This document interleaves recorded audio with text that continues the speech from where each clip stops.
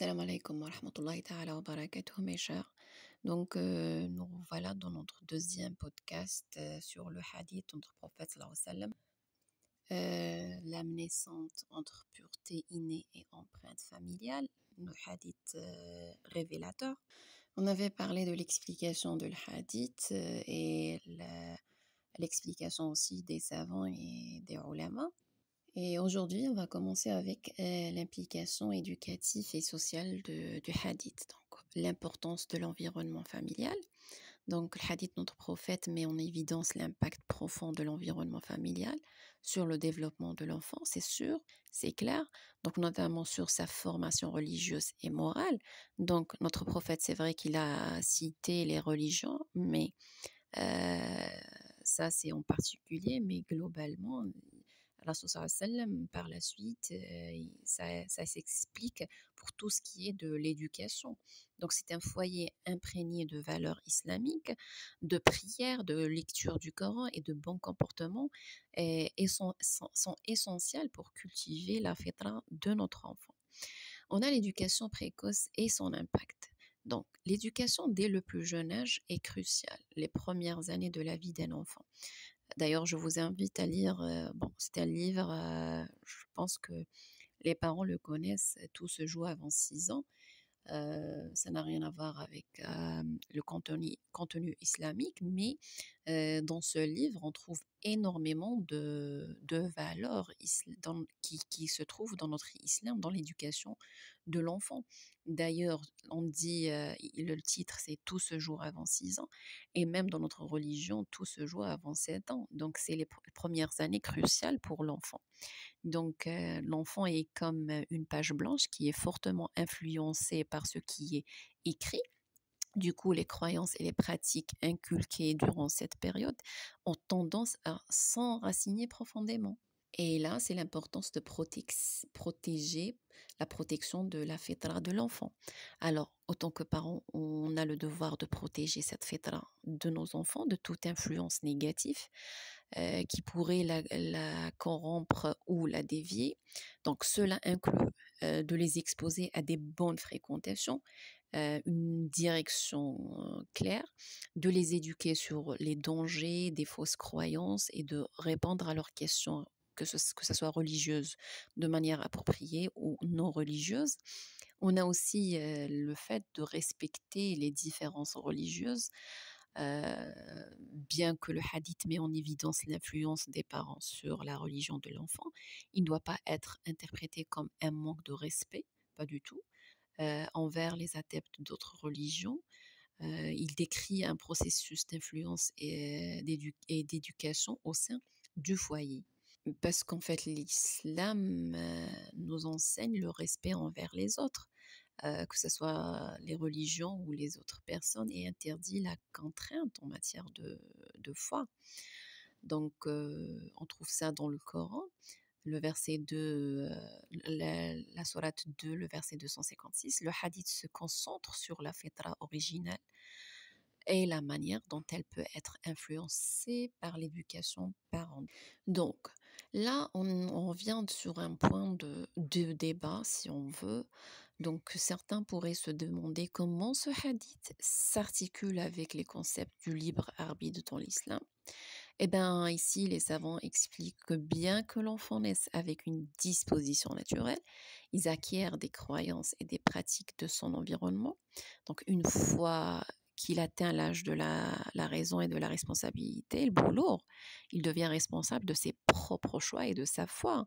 Donc, mais autant que parents, on a le devoir de faire ce qu'on a à faire.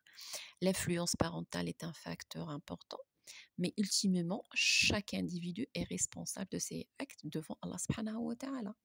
Et là, il va rentrer le hadith kullukum ra'in wa kullu ra'in mas'oulun 'an ra'iyatihi.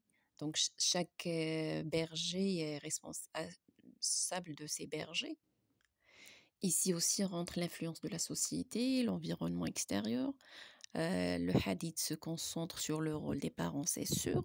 Donc, il est évident que d'autres facteurs comme l'école, les amis, les médias, la société en général peuvent également influencer la formation religieuse d'un enfant.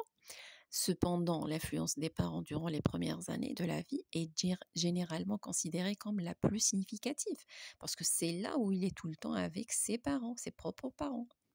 Alors, mes chers, qu'est-ce qu'on peut tirer comme conclusion et leçon? Donc, le hadith du prophète Mohammed sallallahu alayhi wa sallam est d'une importance capitale pour comprendre la nature humaine originelle. Donc, et le rôle crucial des parents dans l'éducation de leurs enfants.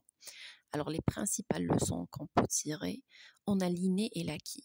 Donc, chaque enfant naît avec une prédisposition naturelle à la fois en un seul Dieu, qui est Allah subhanahu wa ta'ala, et une nature pure.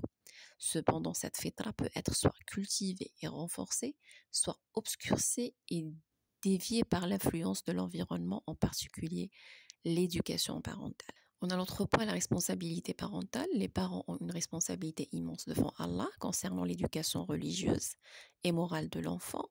Donc, on doit s'efforcer de les élever dans un environnement islamique, de leur enseigner les principes de leur foi. On a le point qu'on oublie, en général, beaucoup oublient ce point-là, c'est l'impact de l'éducation précoce. Alors, les premières années de la vie sont déterminantes, mes chers, pour la formation de l'identité religieuse et morale d'un enfant.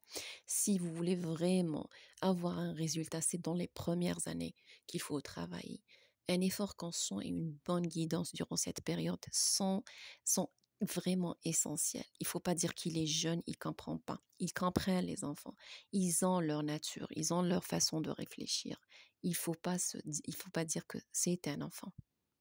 Et on a l'autre point qui est aussi crucial et très important, c'est l'importance de l'exemple. Si on veut que nos enfants, on veut un résultat, il faut qu'on soit le vrai exemple, leur vrai exemple. C'est ça. Les parents sont les premiers modèles pour les enfants. Donc, leurs propres pratiques religieuses et leur comportement éthique ont un impact profond sur la façon dont leurs enfants perçoivent et adoptent la foi. Sachant que, mes chers, l'enfant, ils sont très intelligents. Ils sont là ils ont le temps. Ils ont vraiment le temps par rapport à nous de regarder, de voir est-ce que leurs parents sont réels. Est-ce que c'est vrai ce qu'ils disent? Est-ce qu'il n'y a pas une différence entre ce qu'ils disent et ce qu'ils font, pardon. Donc, il faut faire attention. Il faut faire attention dans l'éducation de l'enfant et regarder autour de vous. Si vous voyez des enfants bien équilibrés, c'est quand vraiment ils étaient dans un milieu avec des parents ou une personne qui était stable dans la façon de faire. Si vous voyez qu'il y a un problème chez des enfants, c'est parce que il y a différentes manières. Ça veut dire ce qu'on dit, ce qu'on fait, c'est pas la même chose. Pour conclure, mes chers, ce hadith nous rappelle la beauté de la création humaine, de la part d'Allah subhanahu wa ta'ala, et la confiance en Allah. La confiance qu'Allah place dans les parents pour guider leurs enfants vers le chemin de la vérité et de la soumission à lui subhanahu wa ta'ala. Donc ce hadith nous incite à prendre cette responsabilité au sérieux. Si on veut changer cette Ummah, si on veut des résultats réels, si on veut une autre génération, une génération comme les ancêtres, comme le temps de notre prophète, Sahaba, etc. Il faut être sérieux et à nous efforcer d'être de bons gardiens dans la fitra de nos enfants. Dans notre prochain podcast, Inch'Allah, on va voir comment on peut comprendre l'articulation entre la fitra et le rôle des gemmes. À suivre, Inch'Allah.